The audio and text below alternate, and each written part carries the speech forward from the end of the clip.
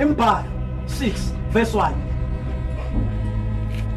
uJehova washo kuMose ukuthi Ngifuna wonke umuntu lapha esitimeleni, pretty please listen attentively, uzwe kahle ukuthi inkolo eNazaretha inkolo kade yabakhona, akuyona inkolo yombatha. Funda baba. khuluma kubo uthi uJehova washo uJehova kuMoses. khuluma ama-Israyeli uthi kubo Abantwana baka-Israyeli ethi kubo, uma wesilisa noma wesifazane ezahlukanisa uma wesilisa noma wesifazane, uma wesilisa noma wesifazane ezahlukanisa uma sezahlonza nento zomhlaba noma ikhona inkonzo eyikhona emhlabeni, afunge isifungo somNazaretha to vow a vow yabuNazaretha, wenza isifungo sobuNazaretha. Wenza ini isifungo? Inkolo nenkolo inesifungo sayo. Inkolo ebuNazaretha eBhayibhelini from Genesis to Isambulo khona inkolo ebuNazaretha, wenza ivow isifungo sobuNazaretha.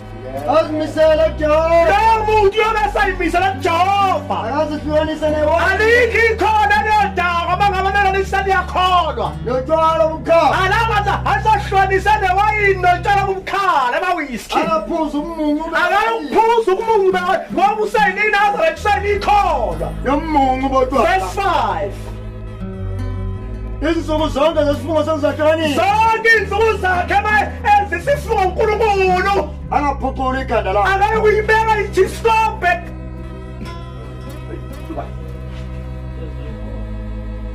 Obuthi ungibambe uphethe iBhayibheli, Abahloli 16:17, Abahloli 13 verse 4. kuze kuphelele lezo nsuku Mana njalo lokho lithi iBhayibheli, bamba uMateyu 2 verse 23. Funda ndawonye verse 5. kuze kuphelele lezo nsuku zozohlukanisela Kangana bakhe phansi ba verse 5. izinsuku zonke zesifungo sezahlukanisa Zonke insuku zakhe zokuzahlukanisa, angaphuculi ikhanda akayikuyibeka ijiskope. Uma eseyikholwa ngikhuluma ngawe wena ukholwa, awudundi ikhanda lakhe, kuze kuphelele lezo nsuku uyozafe. uJehova Hamba naye uyakuba lo muntu uletha ushembe mangabe niyelizwe ushembe banekuthuthukweni, ngoba mvawuse uthi ngiyanibingelela amaNazaretha engcwele asekuhleni, uyakuba ngcwele. ayeke isihluthu sezinwele zekhanda lakhe esikhulu Buka. Abakunda amakhanda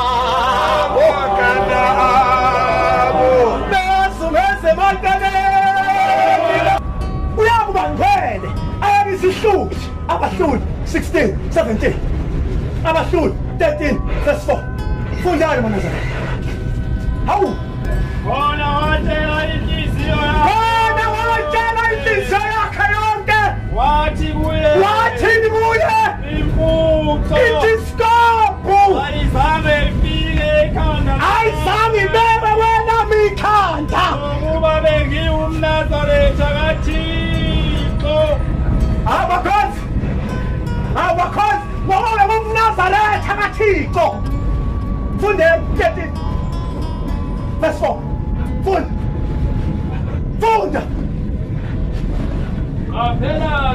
Qaphela-ke manje, Ungaphuzi wayini, ungaphuzi wayini Notshwala. notshwala, ungadli lutho ungadli lutho okungcolileyo, ngokubabheka ngokubabheka. shaya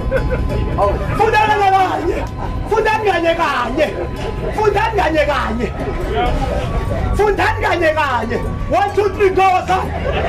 uyakhululeka, Uyakhulelwa. uzale indodana, Uzala indodana. utayibekwa ekhanda lakhe Lengane ozoyizala impuca ekubeka ekhanda layo. ngokuba umntwana, Ngokuba umntwana. uyakuba umNazaretha. Ngokuba umntwana uyokuba umNazaretha waThixo. Ilokhu ezala. Funda belunga. Mana baba. weza wahlala uJesu weza wahlala emzini okuthiwa iNazaretha ubagcwalise bayo ukuthi uyakuthiwa yini? iNazaretha. 5:45 John. Matthew 17:21. Ningasidli nithi. Ningasendi nithi ngiyamgeda isigibela sini. Ngiyangcela baba. Ukhona niceba. Umosi. Elethemba kuye. Uma benikho. Manikholwa Moses. Ngani na. Ngakholwa yimi. Yena walo bangami. Bodwa uma ningakholwa imbhalo yakhe niyakholwa kanjani izwi lami na? Hayi nje mina Old Testament angisayisebenzisi ngisebenzisa New Testament. What about the verse? Manikholwa imbhalo yakhe uMoses. Epha lolu hlobo uyabona thina amaNazaretha uma ngabe sesiyothandazela umuntu siyasiphina le verse. Akekho umuntu engasindi. Kepha lolu hlobo luvela ngokukhuleka nangokuzila ukudla kuphela.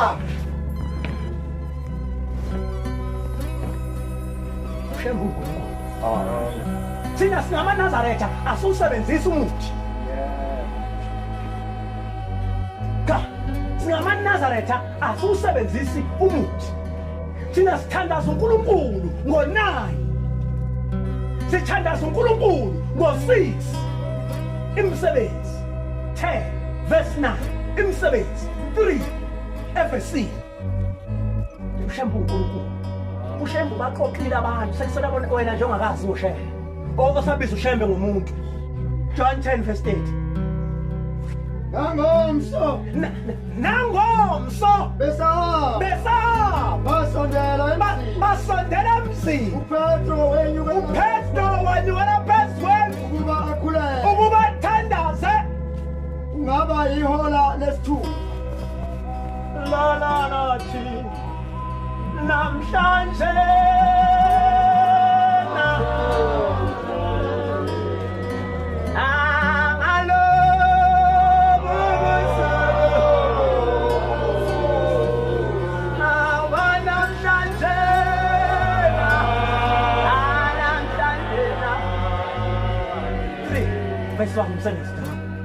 uPetro noJohane bakhuphuka kanye ukuya ethempelini ngehora lokukhuleka esishagalolunye ubana Jesu.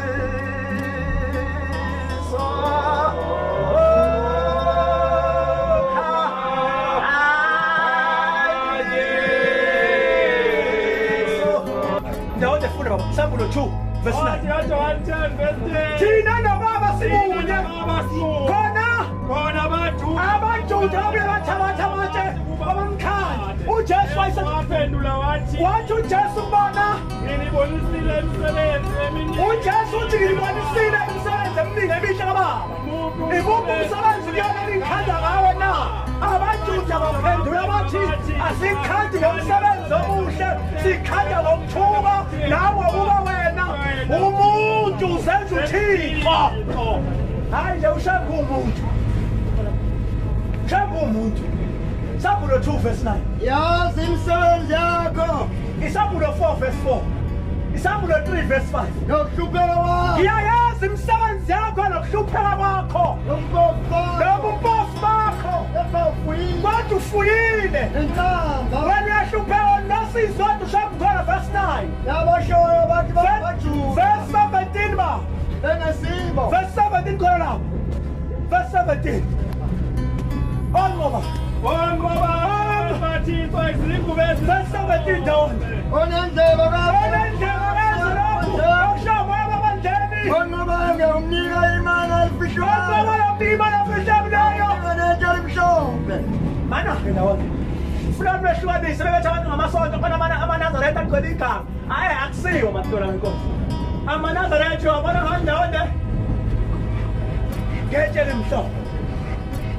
Ngetshe ulotshiwe tsheni igama elisha. Ulotshiwe tsheni igama elisha elingaziwa umuntu olamukelayo. Abantu abalazi baliphika. John 14 verse 15. 14-15 John. Uma ngithanda. Mani ngithanda uJesu ufuthi kudlala iminyaka yami ngiyakudala baba anipho mina ngithokozisa ahlala nani Kuze bephanda.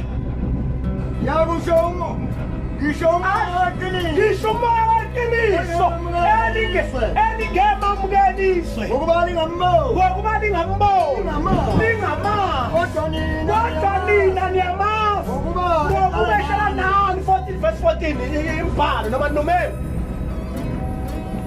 hayi ushaya uJesu asimazi kanjani owasemkhonza asimazi kanjani ngoba uNkulunkulu uyabona ubuso ngobuso asimazi kanjani uNkulunkulu simkhonza ngoba kumele sifike phambi kwakhe sifane noMateyu sibe wofakazi ukuthi uNkulunkulu simbonile esimbone umsebenzi Bamnyala bahlezi kuleli. umsebenzi kaJehova Uphakathi kwabo. abakubona ubuso ngobuso. wena Jehova Wena Jehova nefu lakho ngiyabonga lingiphezu kwabo. yabona leli bandla lamaNazaretha leli bandla ibandla elishaka besikhona sonke siyakholwa kini amen leli bandla ibandla lomthetho Umfazi makagqoke wendoda. unkosikazi umuntu wesifazane akayigqoki into yendoda njengoba ngithi itrawuza yami nje asilindelekile kuwe sikubone owesifazane udla itrawuza amen ufuna amadoda kuphela Lendoda makagqoke umfazi. nendoda asilindeli indoda isiboniswa kuyiketi Kuba bonke benza lokho kuyisiniki. bonke benza lokhu kuyisinengiso kuJehova 2 verse 8 to 2 verse 8 Timothy 2 verse 8 Timothy Ake ngiyathanda ukuba ngiyathanda amadoda akhuleke. wemadoda Akhuleke ezindaweni verse zonke. 9 Njalo abantazana abahlobe ngezingubo ezifaneleyo. abesifazane abahlaba ngengubo eyifanele ukuthi esifazane abindele inhlonipho nokuqonda ama-extensioni abesifazane bengawafaka emakhanda nangegolide namaphaleli inkosi njengoba abesifazane bengayiye ngotruwethi abathengelwe phephu zinsizwa amen nihambe nenkosi bantwana benkosi amen